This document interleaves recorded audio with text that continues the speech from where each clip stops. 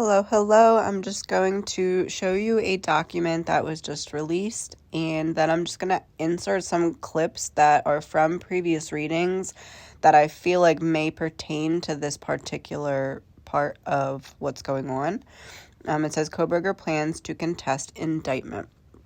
A new court document filed by attorney representing Brian Kohberger says the Moscow quadruple homicide suspect plans to contest his grand jury indictment.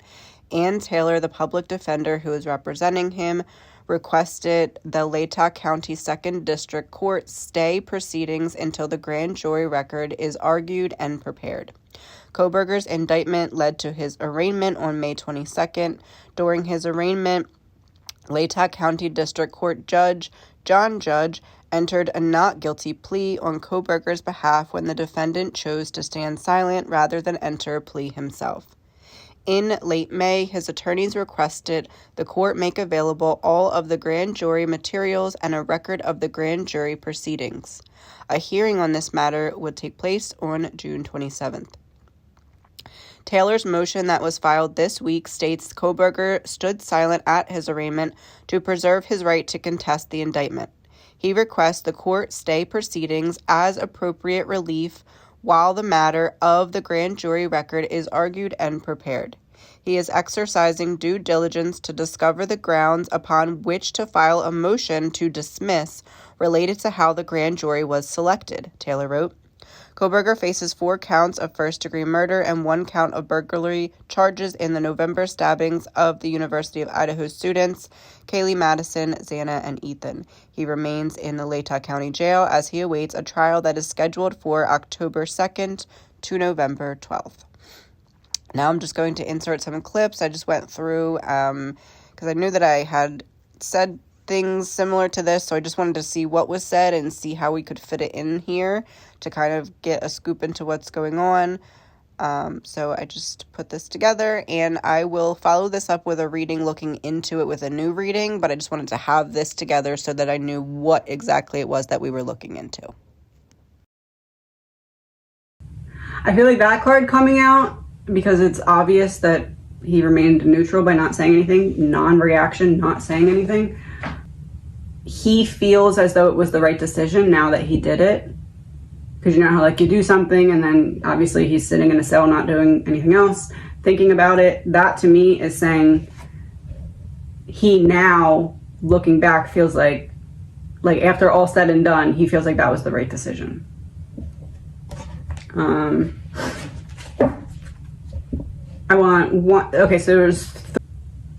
What this is making me think is how there's like kind of like weird antler things. It's giving me like deer in a headlight type energy, and that's kind of what he looked like yesterday. Like, gilded regret. Covered thinly with gold leaf or gold paint. So that would be covering up what's really going on with some fancy layer, but it's in reverse, so that's starting to come. I intend to take off the gold paint so you can see what's really going on underneath. That's what I think that means. What does it mean to be gilded? Covered or highlighted with gold or something of golden color. Having a pleasing or showy appearance that conceals something of little worth. But in reverse. It's part of a plan for something that he has up his sleeve. Seems to me like he was very adamant about, this is how I feel would be the best start. One card for if standing silent was chosen before the grand jury was convened, and one for if it was decided after. Ace of Pentacles reversed. It was decided after. You don't give me a chance to talk and present my case, I'm not going to say anything now. Because the ace in reverse is a lost opportunity, or more specifically, having an opportunity and then taking it back from someone. So you have this preliminary hearing, it's scheduled, it's on the docket, and then boop, we take it back and replace it with a grand jury. Temperance. Balancing out the scales. You don't let me talk, I'm not going to say nothing either. I'm going to be patient, and I'm going to wait for when I can act. You know what it is? He doesn't want to say guilty or not guilty or anything without being able to also present what he has to present with it. And this was not the opportunity to do that, because that opportunity was taken from him for the time being until trial. So this is him saying, I'm not saying anything until I'm also able to present to you what I was going to present with that initial court hearing that you took away and replaced with grand jury. So then, is the motion on May 25th, does it have anything to do? Okay, I'm going to do one card for if it's about the grand jury or scheduling a grand jury, one card if it's about if anyone has or is going to file a dismissal, and one card about something else. Grand jury, Queen of Swords reversed. Huh.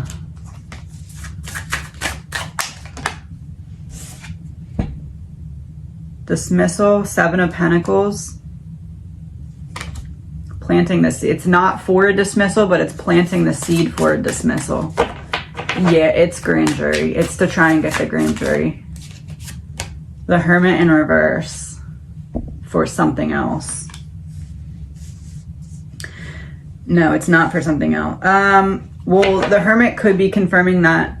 The Hermit in reverse is kind of confirming the Seven of Pentacles, because Seven of Pentacles is like, I'm planting a seed now that will sprout later. And the Hermit being reversed is like a withdrawal. So the seed that I'm planting now so that it sprouts later is I'm trying to set this up for a dismissal, but I'm not quite there yet. In order to get there, I want the grand jury. So yes, the Queen of Swords reversed, I believe is because of what Bethany testified to, or because of something that came out because or from or through the testimony. I'm manipulating the situation to look like I have a case to dismiss. So in order to get from here to there, I want grand jury instead of preliminary hearing. Allegedly, my opinion, I think that's what's happening. And the Hermit reversed is also a very antisocial energy. So social would be preliminary hearing in public. And the opposite of that would be, in this case, the grand jury probably not being public. They would meet in private. So how will...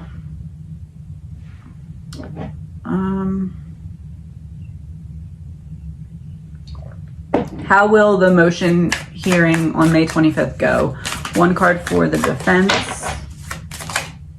Six of Cups.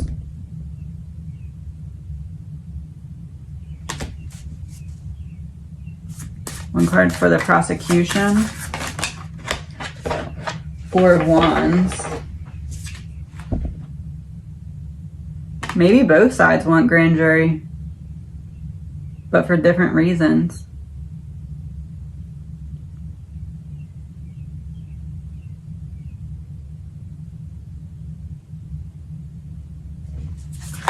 And the energy between them.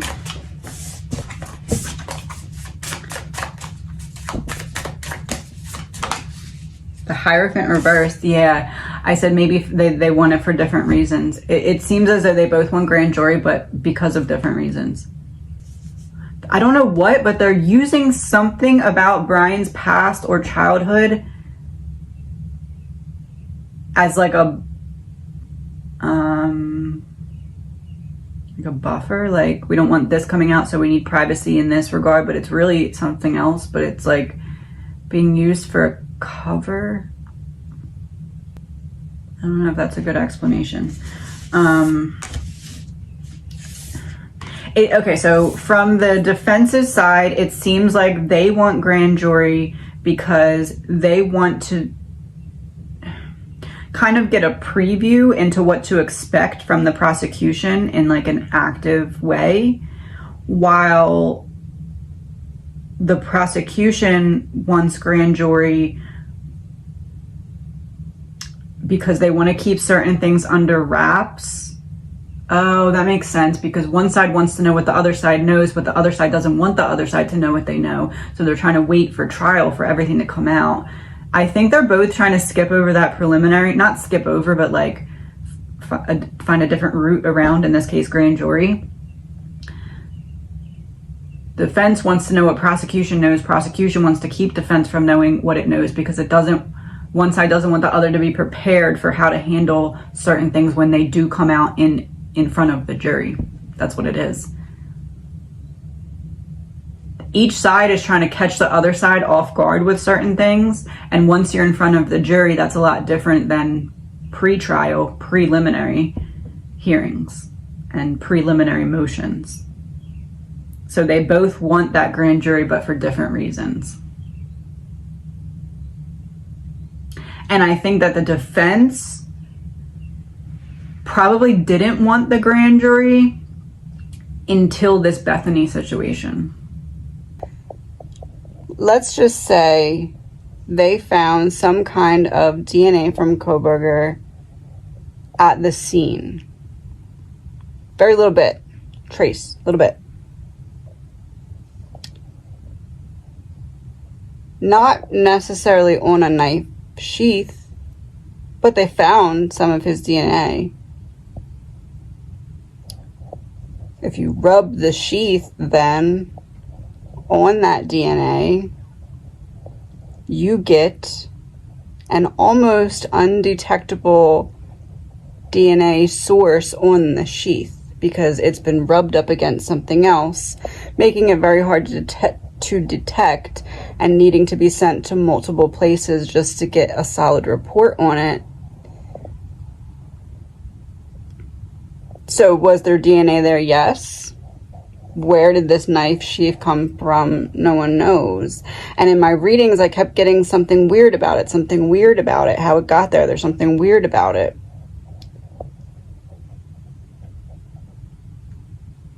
Let's say, again, no facts here, alleged, my opinion, no facts here. Let's say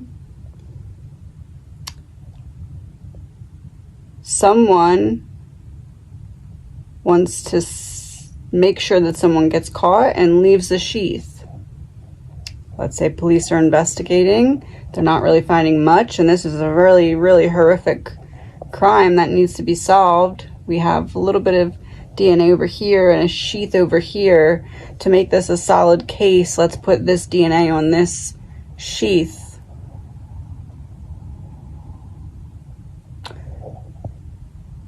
It could be that Brian did not leave the sheath on accident. It could be that that might not even particularly be his sheath.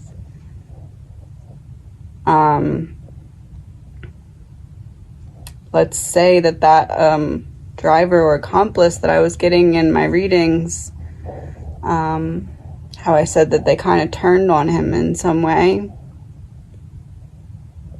If they just throw any sheath in there, and then later the police or investigators, to make their case more solid, take that little bit of DNA that they found, that would be nothing, right? It could be nothing, because there's lots of people in and out of that house. And if it's not blood, if it's some other kind of DNA, if it's not on the sheath that was planted, it doesn't really matter as much as if we rub it up against the sheath and now we have it on the sheath.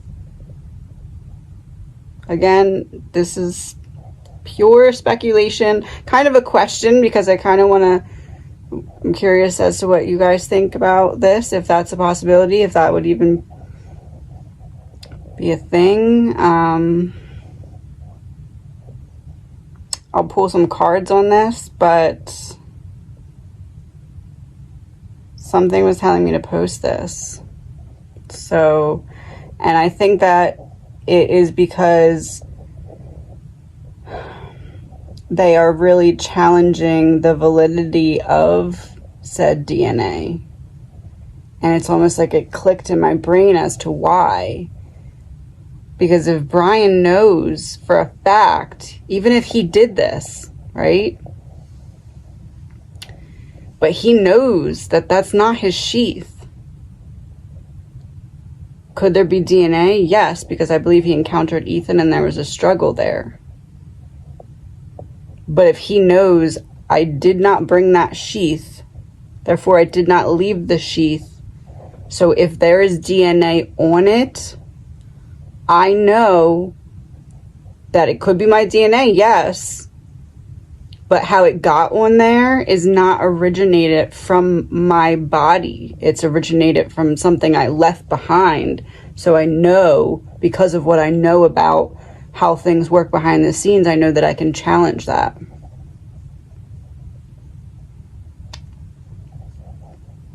Again, no facts here.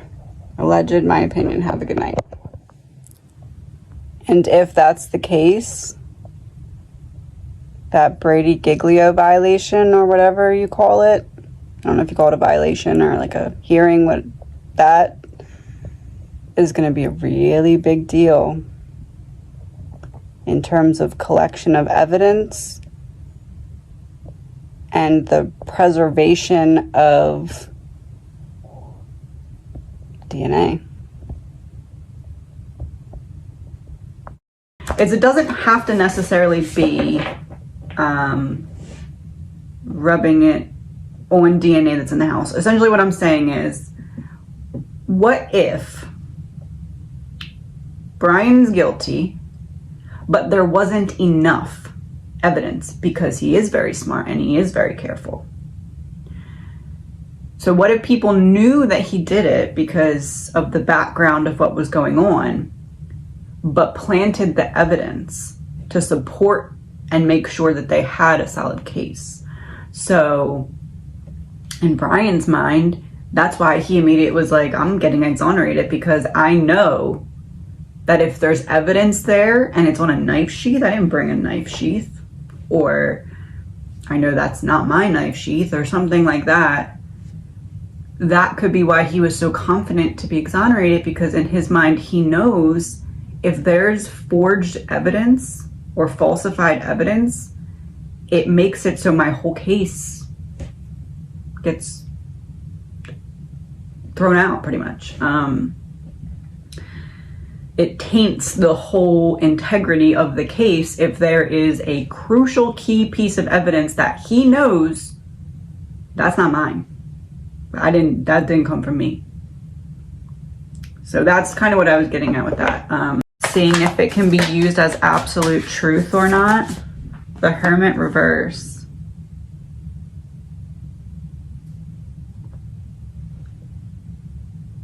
It's possible Kohberger's team may try to get that particular piece of evidence thrown out, and then hence everything else that came after that would be thrown out, I guess, as well, or whatever, because you only got that based off of the warrant that you got because of evidence that's now being thrown out. That may be the root of their part of their strategy here. It's like they'll go back through other cases and say, oh, well, you used it here, but why wasn't it in the report? Is it because it's not absolute and you can't trust it? Because if that's true and you knew that and used it anyway to get everything else, then you were going on an unethical method of obtaining evidence. Or maybe not unethical is not the right word, because you can be unethical and still be technically legal. Like you're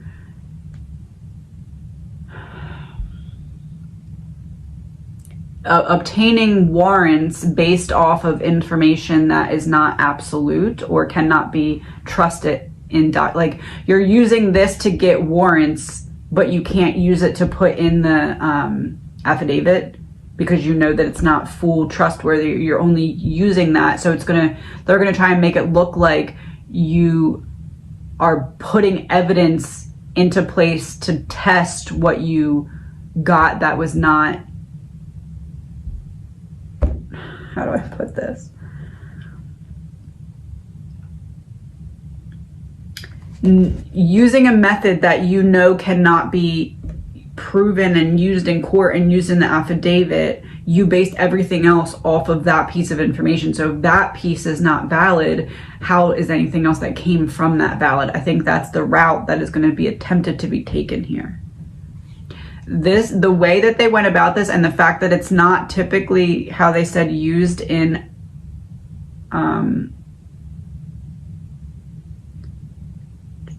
court documents and press conferences, that's going to be a big deal. It's going to be a really big deal. The defense is going to try and get the entire case thrown out based off of the testing of forensic genealogy. And this is going to set a precedent for how this method is used going forward based off of how the public reacts to that portion of the trial.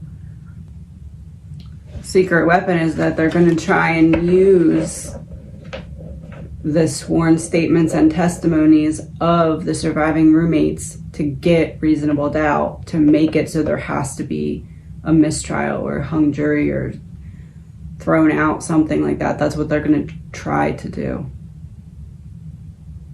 It's like they're using the surviving roommates as I don't even know what you would call it. Strategic portals, like I'm gonna try and step through this at the right time and then try and use it against the prosecution. The secret weapon seems to be that everybody has something to hide, and in an effort to protect their own selves, it has tainted the integrity of the investigation. Let me pull a card for that, because that felt like it was important. King of Cups in reverse. Manipulating the situation in favor of dishonesty or untruths, causing actual truths to not look truthful, if that makes sense. That's weird, because Ten of Wands reverse is like saying no to something, so you would think, I know who it's an FU to. It is an FU, but it's an FU to the people on the prosecution, not the process. It's almost as if the prosecution offered something to him in terms of tell us XYZ and there'll be something, and his response to that was choosing to stand silent instead of talking. Five of Wands, conflict and aggression. Yeah, it feels like they come to him or his team with some kind of offer, tell us this or something for this. It feels like taking the death penalty off the table. It feels like that was the only bargaining chip. But it's almost like after that happened, that's when it switched to I'm gonna stand silent. Which is weird. Why? Like, how would that help him at all? Six of Pentacles reversed.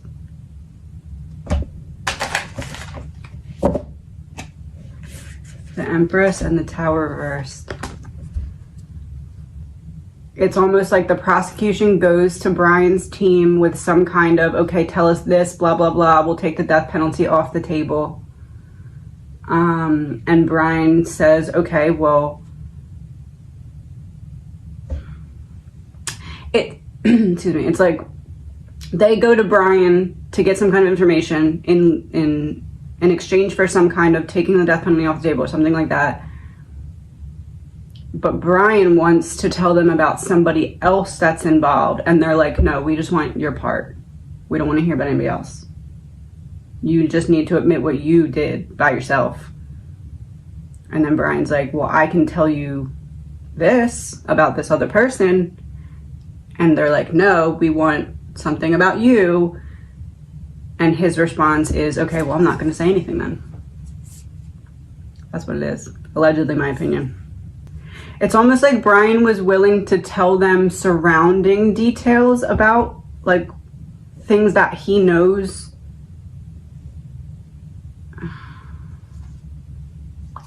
But the Empress kind of makes me feel like the link, like he wanted to give information. Didn't I say that? I said he was going to turn on her. It's almost like he tried to turn on somebody else behind the scenes when they came to him with some kind of, okay, let's work this out, blah, blah, blah. And he's like, oh, okay, well, the information I was going to give you isn't good enough. Fine. I'm not going to say anything then. Under the 10 of Wands. There it is. I think it's possible Brian tried to turn on people that are higher up than him, and they didn't want to hear it. Didn't want to hear it. You don't want to hear it? You're not going to hear anything from me either. So I guess what you could call this, in my opinion, it's almost like a behind the scenes response to something that the prosecution presented to Brian that was not in alignment with what he wanted to happen. Like, I want to tell you this and get this benefit from telling you this. And they're like, no, that's not what we want to hear about. It seems like him standing silent is a response to the prosecution, where Brian is essentially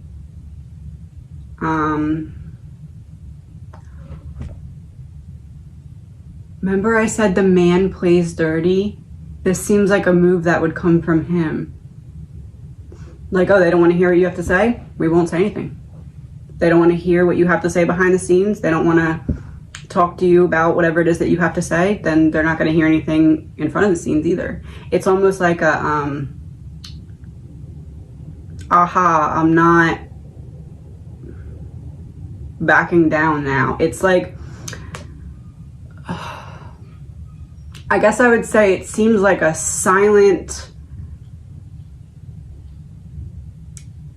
middle finger to the prosecution in response to some kind of talks that did not go the way that he wanted them to. So the next option is an FU to the process. So basically, the video I got that from, the person was saying people are essentially questioning, is this him saying, you know, these charges are ridiculous, you don't have the evidence, you don't have blah, blah, blah. I'm not going to say anything because this is ridiculous. So is that what it was? 3 cards. The Sun, 5 of Pentacles, and 9 of Wands. So I'm going to keep pushing and pushing and pushing until I bring to light what it is that you want me to shut up about. It's a combination of them.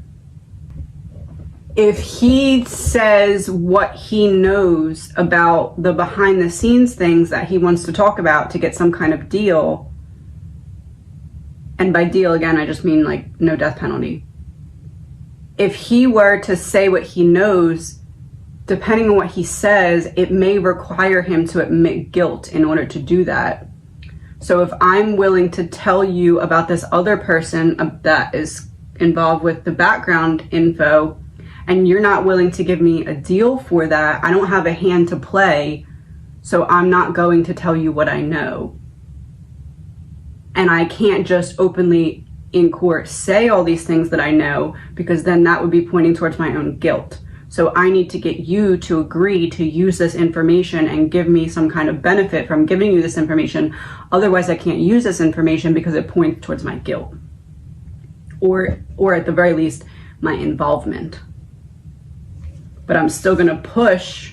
I'm gonna keep pushing and pushing and pushing until I'm able to bring to light what it is that right now you don't want me to talk about. I don't really know an example. I guess you could, obviously it's not a joke. I don't mean a joke, but you know how people have like inside jokes? This is almost like a inside aha from the defense to the prosecution, like, oh, okay, like, you don't want to hear what I have to say behind the scenes? This is me showing you in front of the scenes. If you don't want to listen to me, I'm not going to say anything. It's almost like a,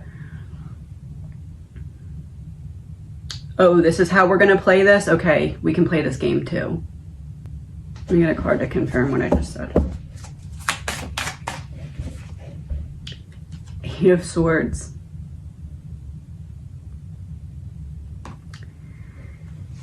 Yeah, because the Eight of Swords would essentially be, how do I put this? It's like a victim mentality. So in Brian's corner, it's essentially, oh, well, I have this information and you don't want to look at it, so you're not giving me a fair chance to, I don't know how to explain it.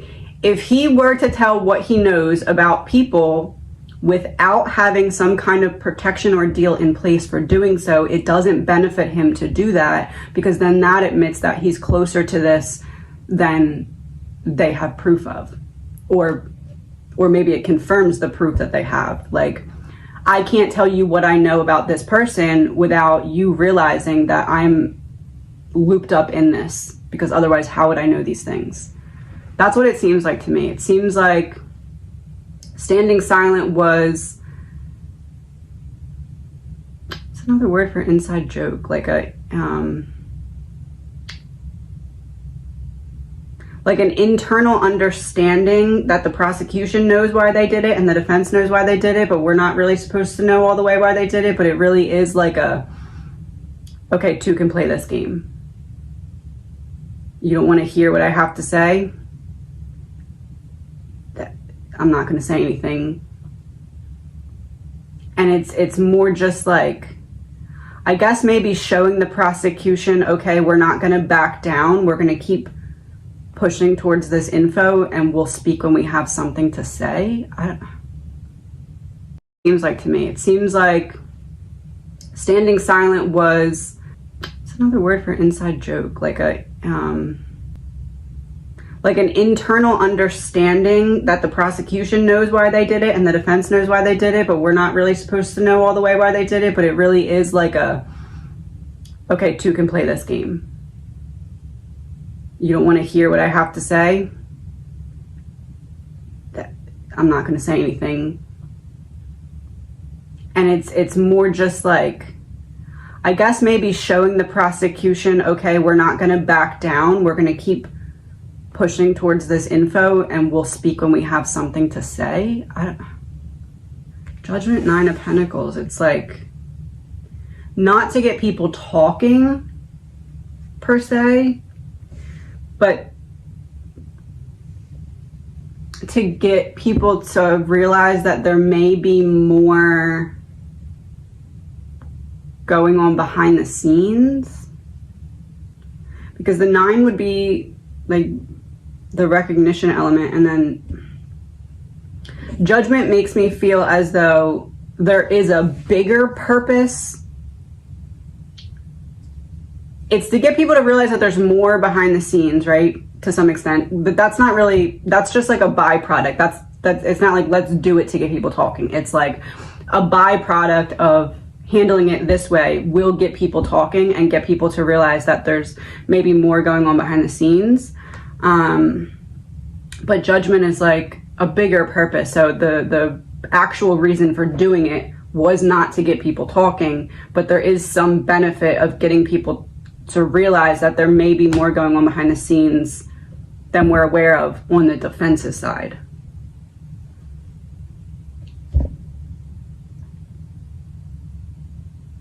I'm wondering if that's to put pressure on people to talk. Page of Cups. This card has been Kaylee. And this is all about what Kaylee had discovered or knew. And I just said it's to get people... Oh, to get people talking. Maybe that's not people as in us, Maybe that's people as in people from the area. It's almost like they're trying to stir up conversation, but amongst people in the proximity of this area, to see what people say that they can use, like almost like if you have someone that's like kind of a spy and you're seeing what people say now, which isn't like the reason that this happened, but again, it's like a byproduct. It's like doing it this way gets people questioning, talking, and then we can see where we could kind of get people to say things that would benefit whatever it is that Brian feels like he has to say.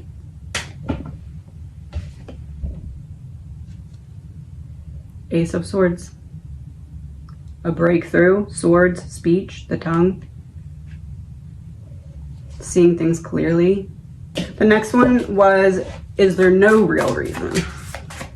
So no reason, they just did it because. Six of Wands, the public.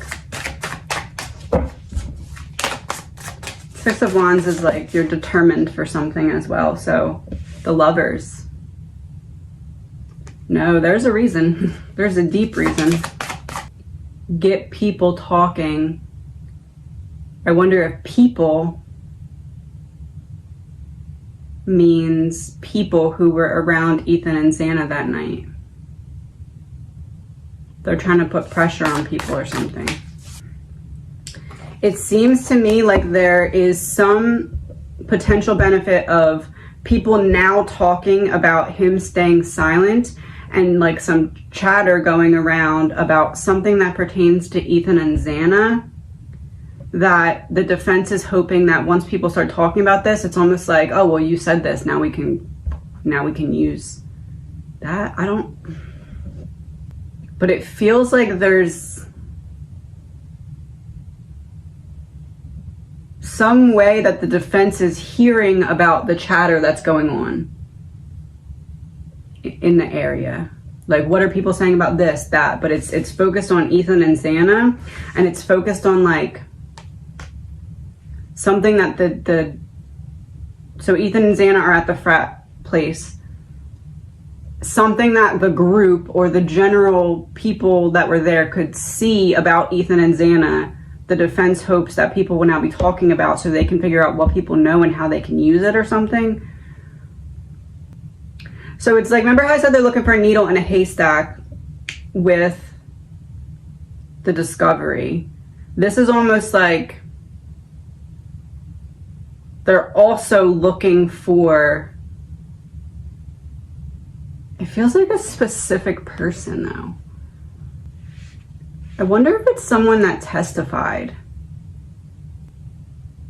Like, you testify thinking that we don't have that much. And then after you testify, we go from not guilty to just staying silent.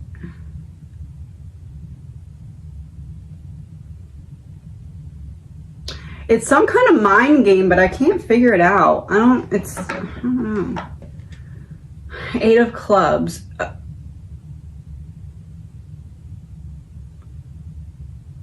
In the middle of the card, real big, it says group conversations. And then the bottom says your environment. And on the side, it says lovers.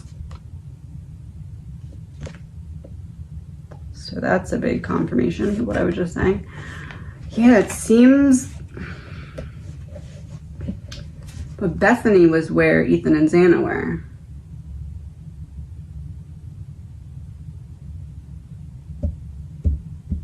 It's some kind of mind game being played with someone who testified. And that's not the reason that they chose to stand silent, but it's like, again, a byproduct of, we have this benefit now as well of playing a mind game or putting pressure on or something with someone who testified based off of us not saying not guilty, but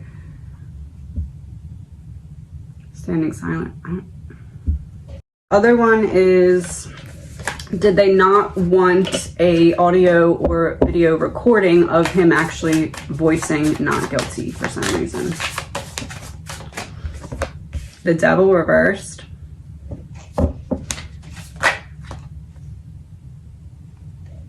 Justice.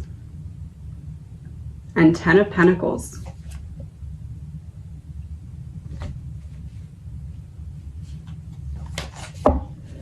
The Devil in reverse is taking back your power. Justice would be the courtroom. 10 of Pentacles would be the families. I take back my power in the courtroom in front of the families. No recording of not guilty. No recording of not guilty. It's almost like, well, everyone has me guilty already anyway, so. I wouldn't say it's necessarily because they don't want a recording of it. That's not what this reads like. It just reads like I take back my power in the courtroom in front of the families. What is like the lesson or hurdle or something behind or like that goes into the decision to remain silent for Brian? I don't know if these cards are gonna work.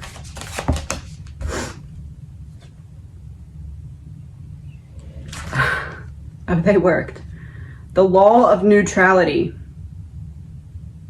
Practice non-reaction and staying in equanimity.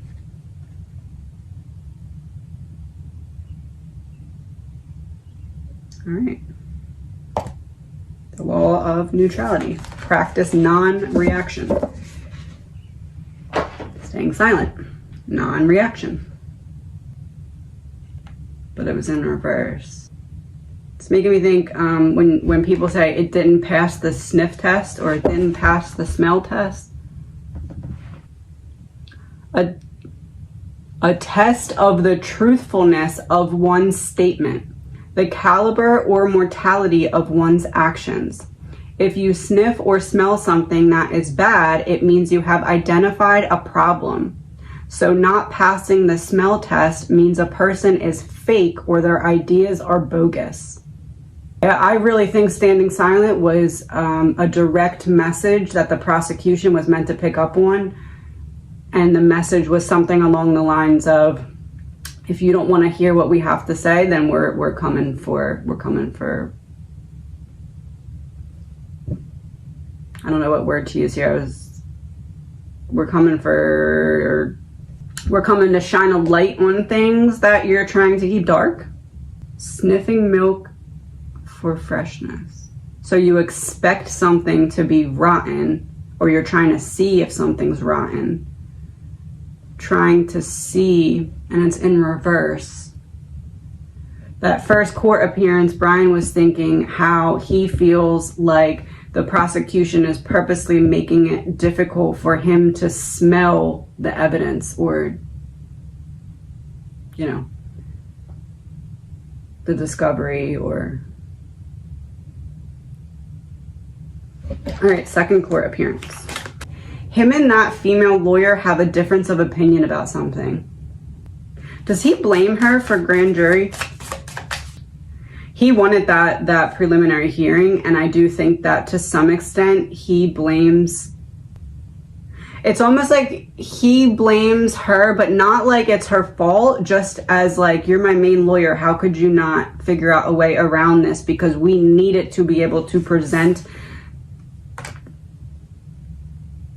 testimonies that go against each other, and now we don't have the opportunity to do that right now. That's what I think that means.